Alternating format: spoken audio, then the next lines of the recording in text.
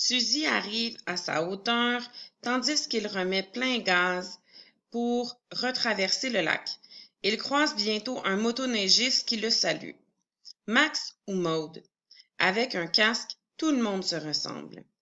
Il est bientôt revenu là où Hervé a rangé la grosse motoneige.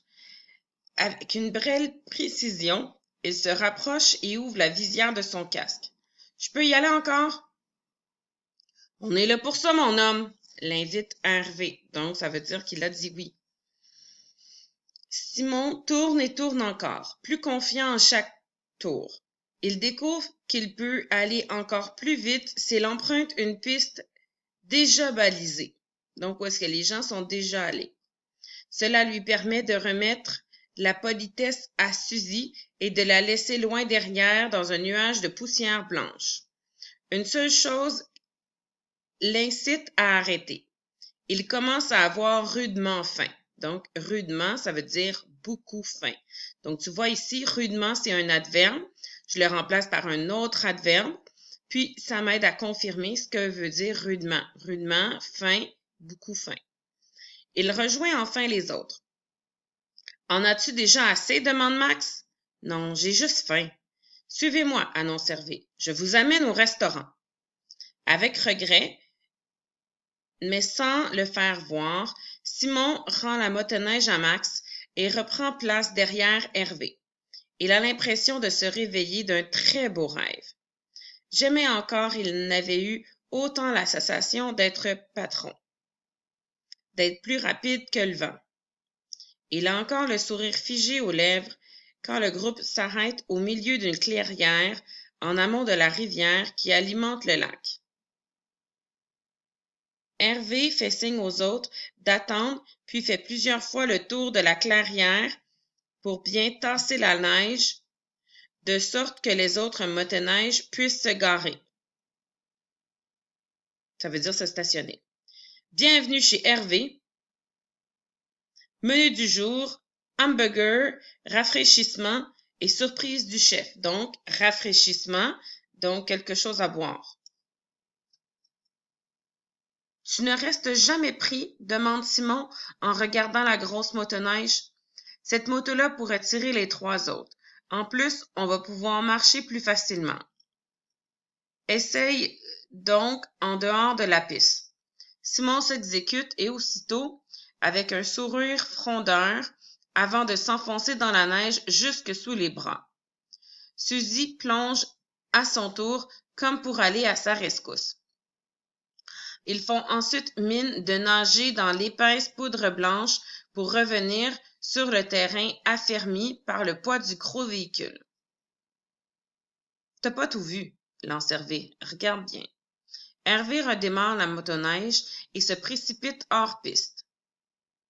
Il avance et recule comme un fauve qui se débat jusqu'à faire complètement disparaître son véhicule sous la neige folle.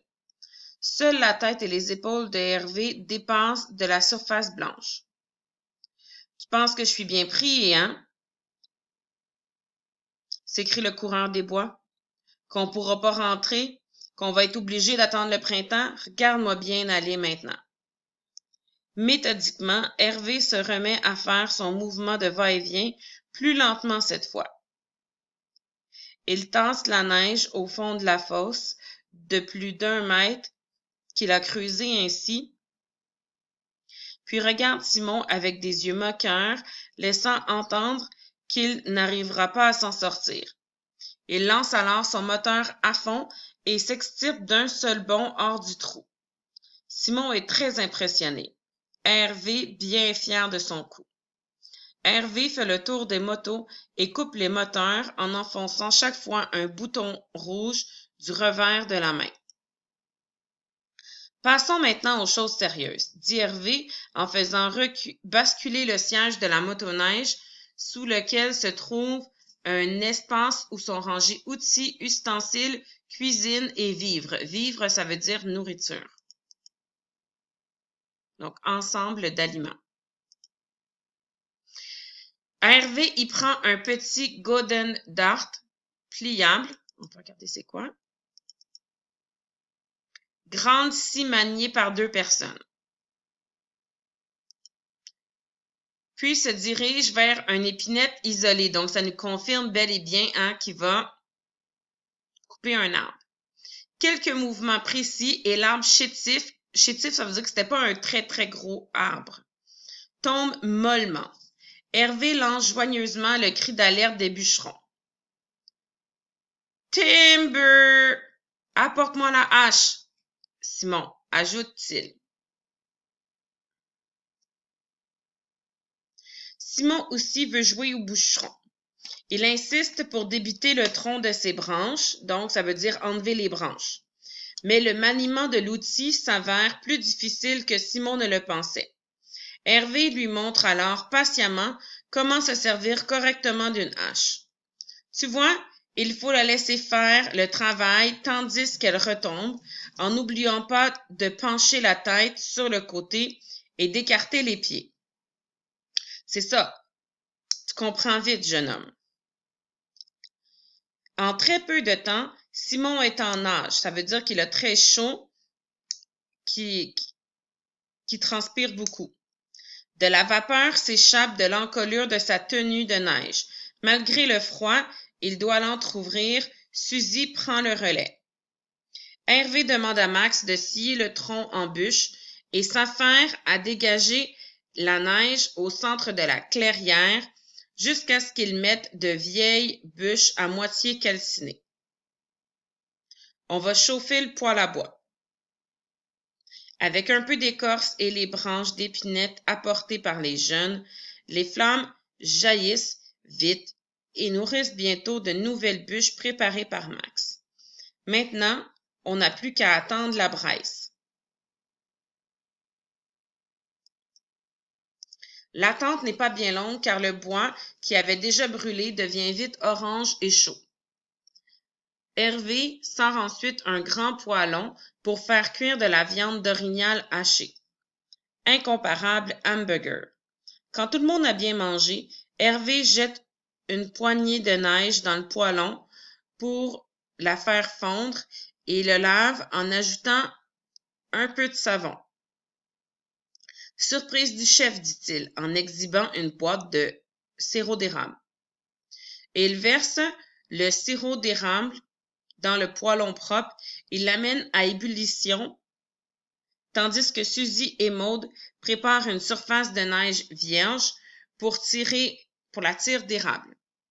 Avec son précieux couteau suisse, Simon taille de petites branches et les jette sur les braises.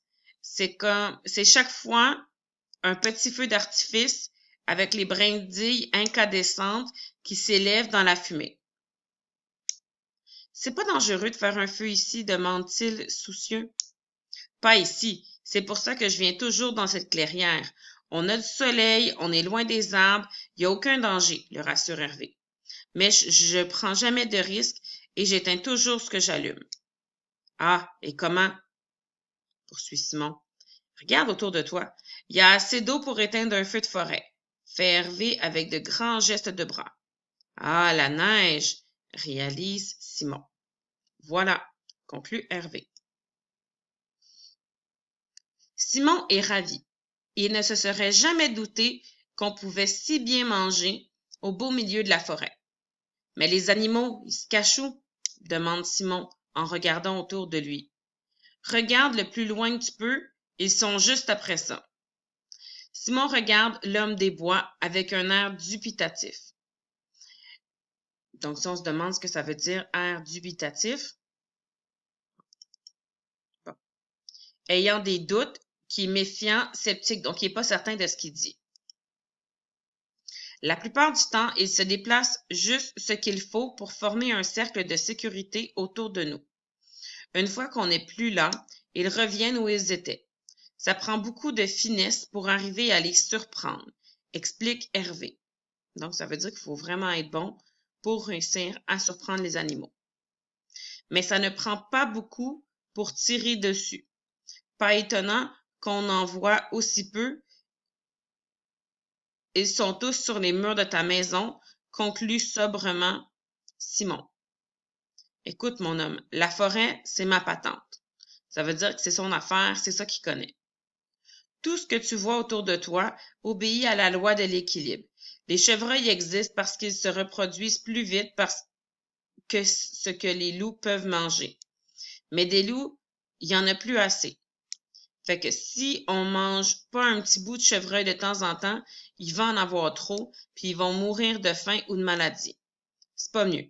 Moi, je remplace les loups qui manquent. Et pourquoi n'y a-t-il plus assez de loups d'abord? Pourquoi? Hésite Hervé. Ça, c'est toute une autre paire de manches. Donc, ça veut dire que c'est toute une autre explication. Aide-moi donc à éteindre le feu au lieu de poser toutes sortes de questions. Bon. En effet, il est temps de rentrer. La température a baissé. Même s'il a bien refermé sa combinaison, Simon commence à ressentir le froid alors que la lumière du soleil diminue. Ça veut donc dire que le soleil se couche. Aider Hervé à enterrer le feu de la neige devient un jeu auquel tout le monde participe avec joie. Le son des motoneiges qui redémarrent brise ensuite le doux silence de la forêt en annonçant la fin de cette belle expédition. Simon n'a tout simplement pas vu le temps passer. Ça veut donc dire aussi qu'au final, lui, il n'était pas certain s'il avait pris la bonne décision d'aller avec son père. Là, selon ce qu'on lit, on a l'impression qu'il a du plaisir, qu'il finalement, il est heureux d'être allé avec son père.